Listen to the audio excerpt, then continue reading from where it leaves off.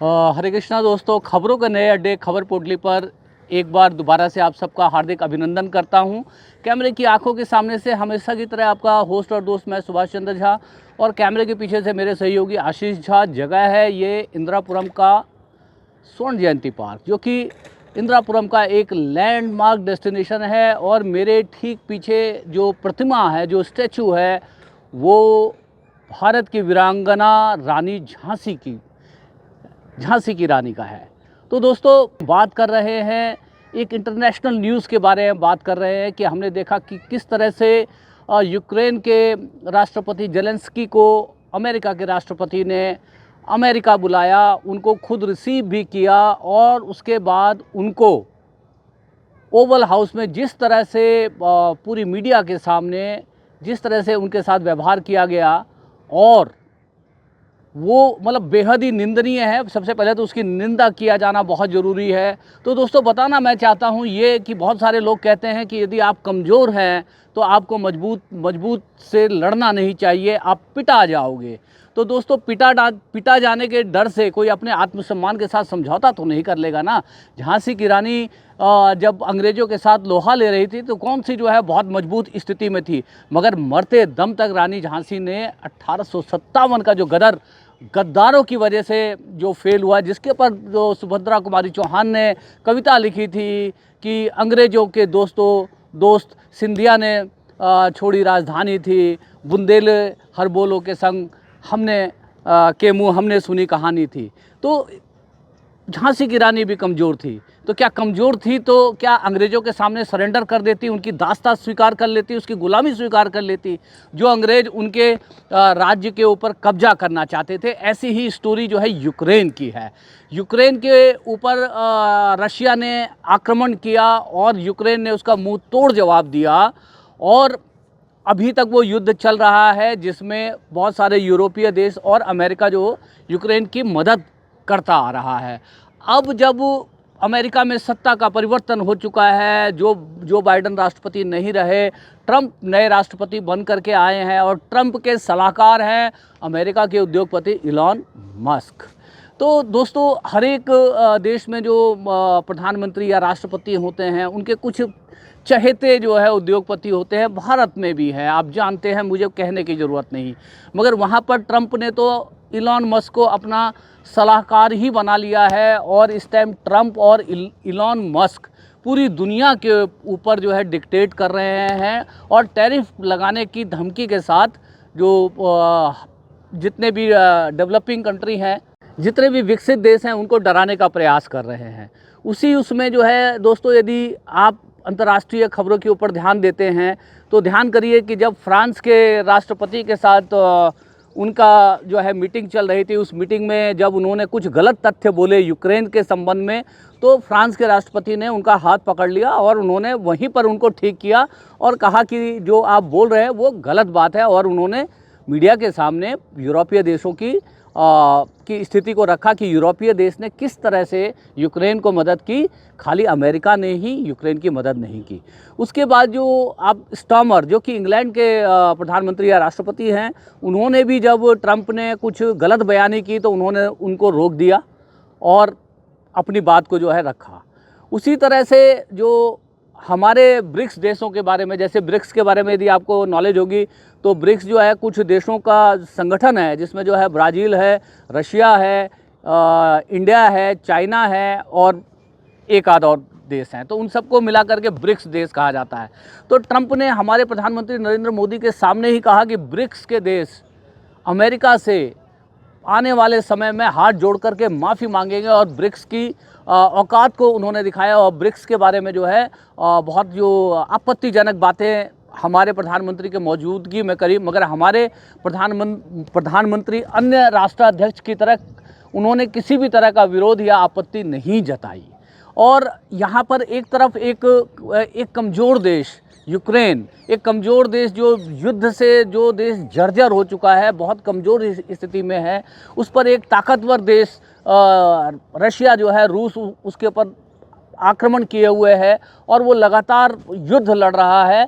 और जब सत्ता परिवर्तन हो गया है, क्योंकि इलॉन मस्क और ट्रंप दोनों व्यापारी हैं, दो व्यापारी अमेरिका की सत्ता पर काबिज हो गए हैं और इनको राष्ट्र की कोई चीज़ दिखाई नहीं देती है। इनको हर चीज़ में खाली व्यापार और बिजनेस दिखाई देता है।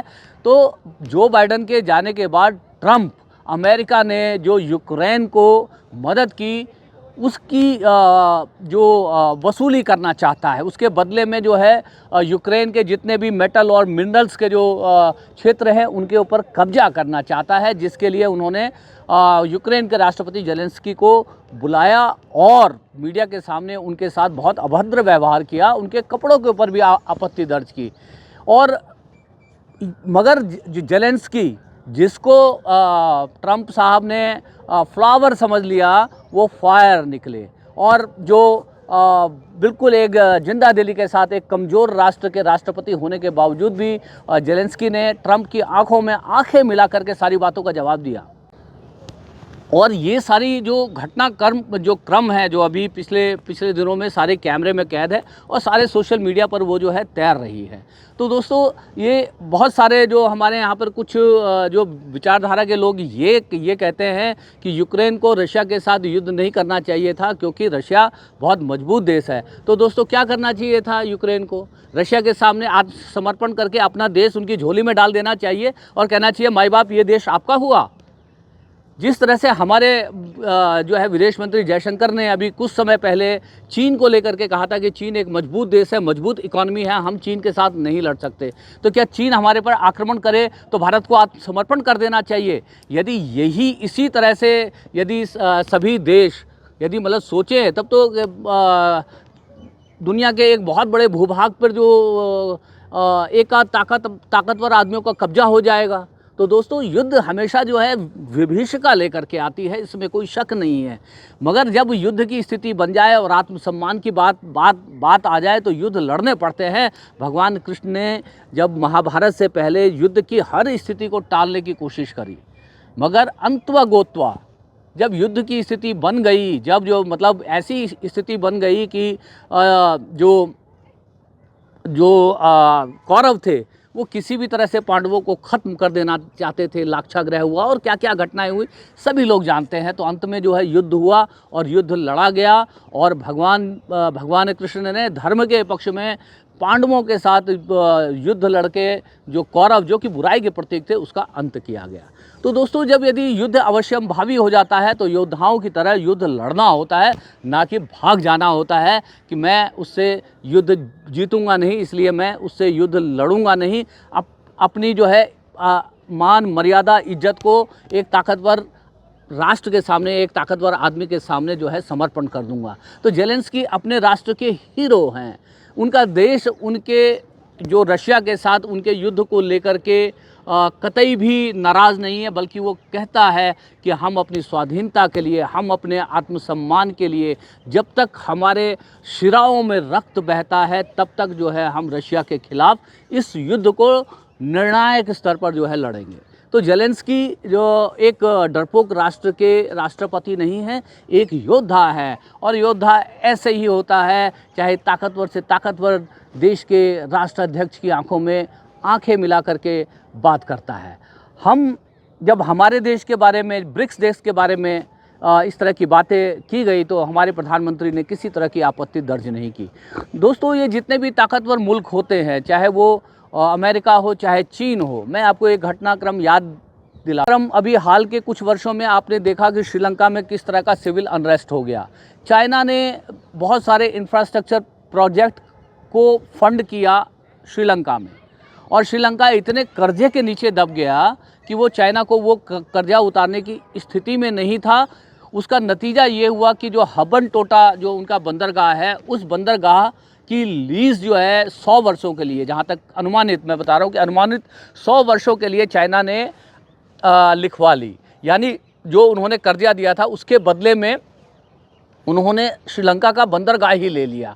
इसी तरह से आज की डेट में ट्रंप, इलॉन मस्क के साथ अमेरिका ने जो यूक्रेन को मदद की, उस मदद की कीमत वसूलना चाहता है। यूक्रेन के सारे मेटल और मिनरल्स का जो भंडार है उसके ऊपर कब्जा करना चाहता है। उसके लिए वो एक डील करने के लिए उन्होंने जेलेंस्की को बुलाया था और जेलेंस्की ने जिसके लिए मना कर दिया। नतीजे कुछ भी हो, मगर जेलेंस्की जो है पुष्पा समझ के जो है उन्होंने उसको बुला लिया, फ्लावर समझ के, मगर वो फ्लावर नहीं फायर निकले और ट्रंप से जो ऑन कैमरा ही भिड़ गए और बताया जाता है कि वो इस डील के लिए तैयार नहीं है।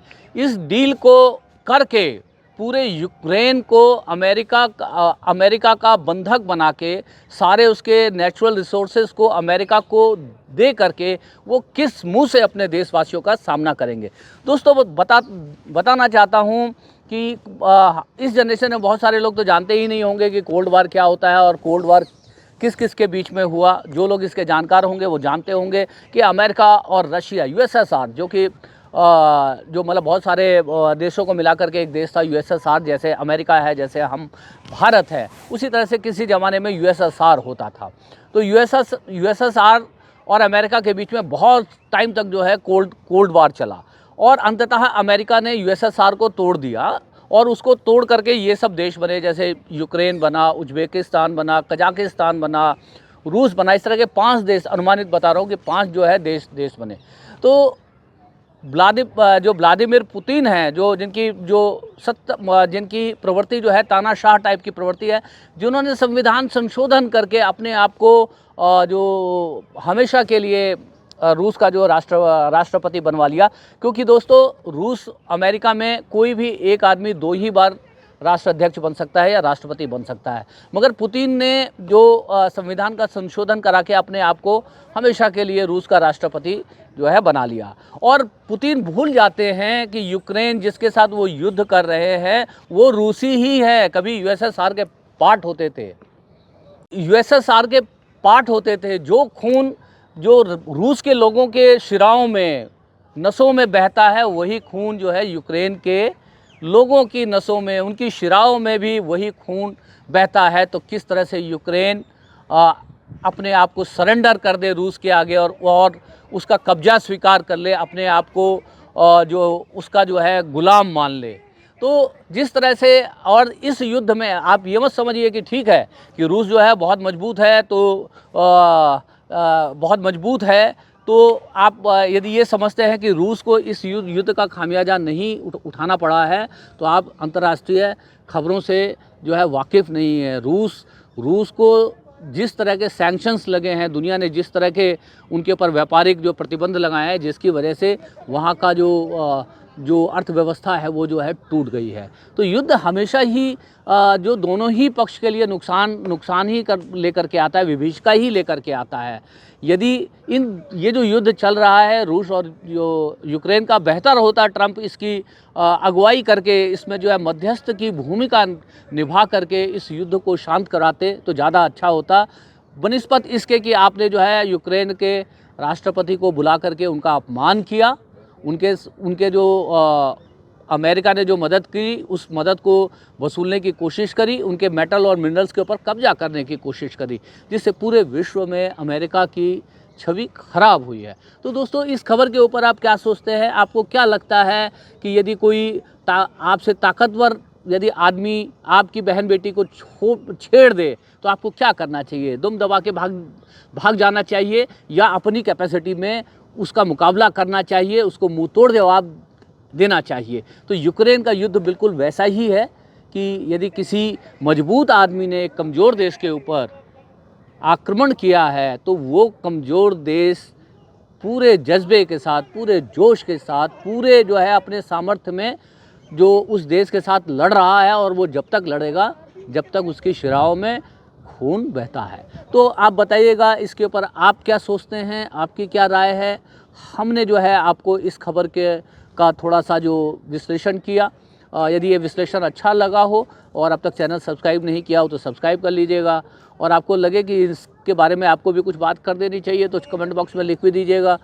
मैंने जो बात करी आपको लगे कि आपको अच्छा लगा और आपके जैसे और बहुत सारे लोगों तक ये बातचीत पहुंची चाहिए तो शेयर करके इस बातचीत को पहुंचा भी दीजिए। आपकी बहुत बहुत मेहरबानी होगी। आप सभी का दिन शुभ हो। अभी विदा लेता हूं। हरे कृष्णा।